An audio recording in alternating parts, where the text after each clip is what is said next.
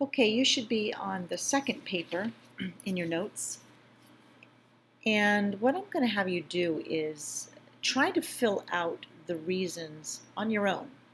Pause the video, see if you can come up with the reasons for each step. And then go ahead and start the video again when you're done, and I'll go through it with you. So give the reasons for each step in solving 2x plus 5 equals 20 minus 3x. So as we said before, the first reason is always the given, almost always. That's the first reason. And it looks like to get from this step to this step, what they did was they added a 3x to both sides. So what they used here was the addition property of equality, and remember that reason is going to go in the row beneath it because that is what justifies getting to the step. And then from here to here, it looks like what they did was subtract the 5 from each side of the equation. So what they did was they used the subtraction property of equality. And the last thing they did to get from here to here was they divided each side of the equation by the same number 5. So what they did was they used the division property of equality.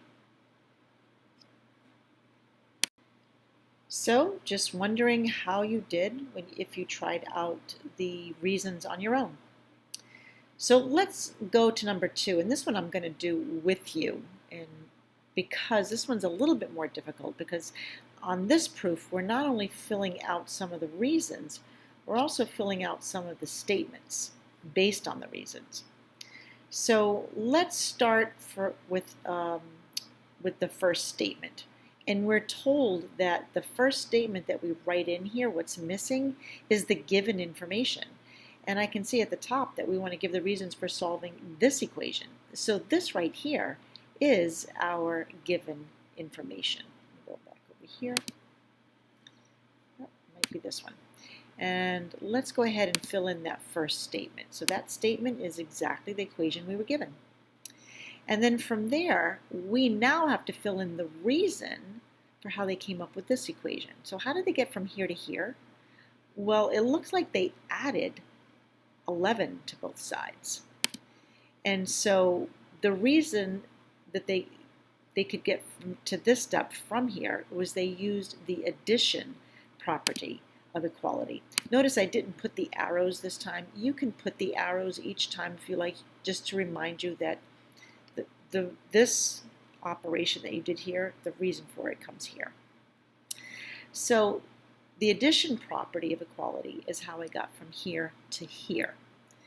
And now we can see that the next statement from here to here is -2 times quantity x plus 3 equals 70. So my question is, what did they do to this equation to get to this one?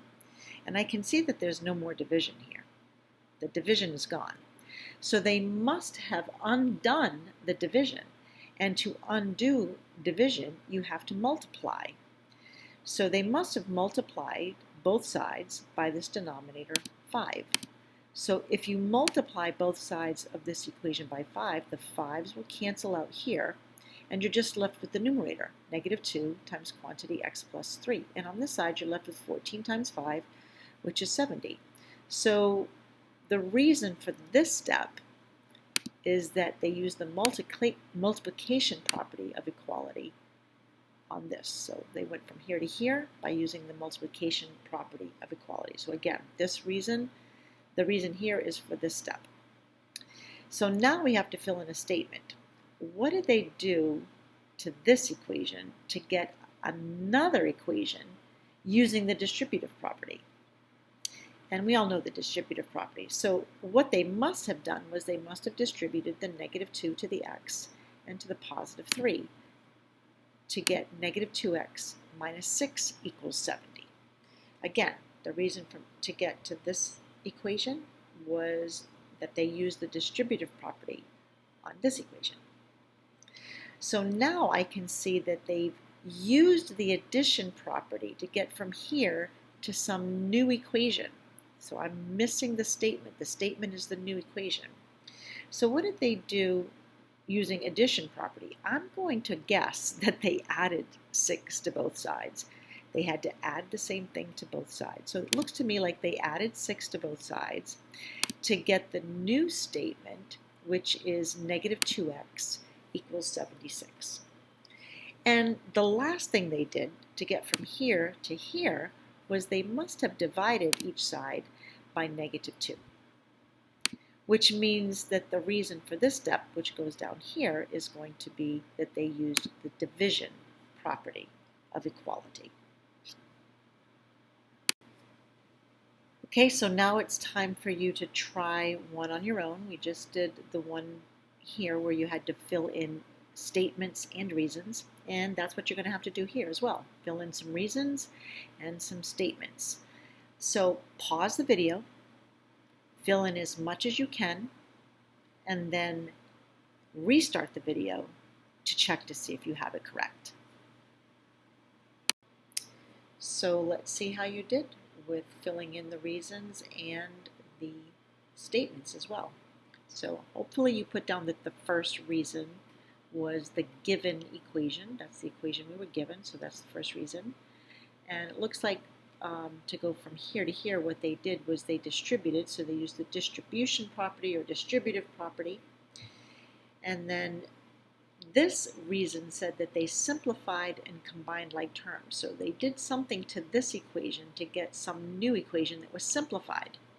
So it looks to me like they must have simplified the 6 plus 6 on this side to get negative 2x plus 12. And then the next thing they did to get from here to here, to me it looks like they subtracted 57 from each side. So they used the subtraction property of equality. And next they add 2x to each side to get the new equation, so they use the addition property of equality. And the last thing they did was divide each side by 5, so they used the division property of equality. Okay, the last proof here is a geometric proof. We're proving something about a geometric figure, not about an algebraic equation. So it's not an algebraic proof, it's a geometric proof. First of all, your proof should have 6 statements here. 1, 2, 3, 4, 5, 6. If it has 5, it means something was cut off on the next page. But we are asked to prove that the measure of angle, see, that should be an angle mark. The measure of angle CBD is equal to the measure of angle EBA. So these two angles that we have to prove congruent right here, CBD and EBA, those two angles overlap. So let's go through the reasons for each statement given in this proof. First of all, we're told that the measure of angle 1 is equal to the measure of angle 3. And like I said, every proof usually starts with the given information, and in this case, the given information is given with tick marks. So we're told that those two angles are congruent through tick marks. The next statement says that the measure of angle EBA, that's right here, EBA, is equal to the measure of angle 3, right here, plus the measure of angle 2. Well, those two angles are adjacent angles, so the measure of this plus the measure of that is going to equal the measure of angle EBA.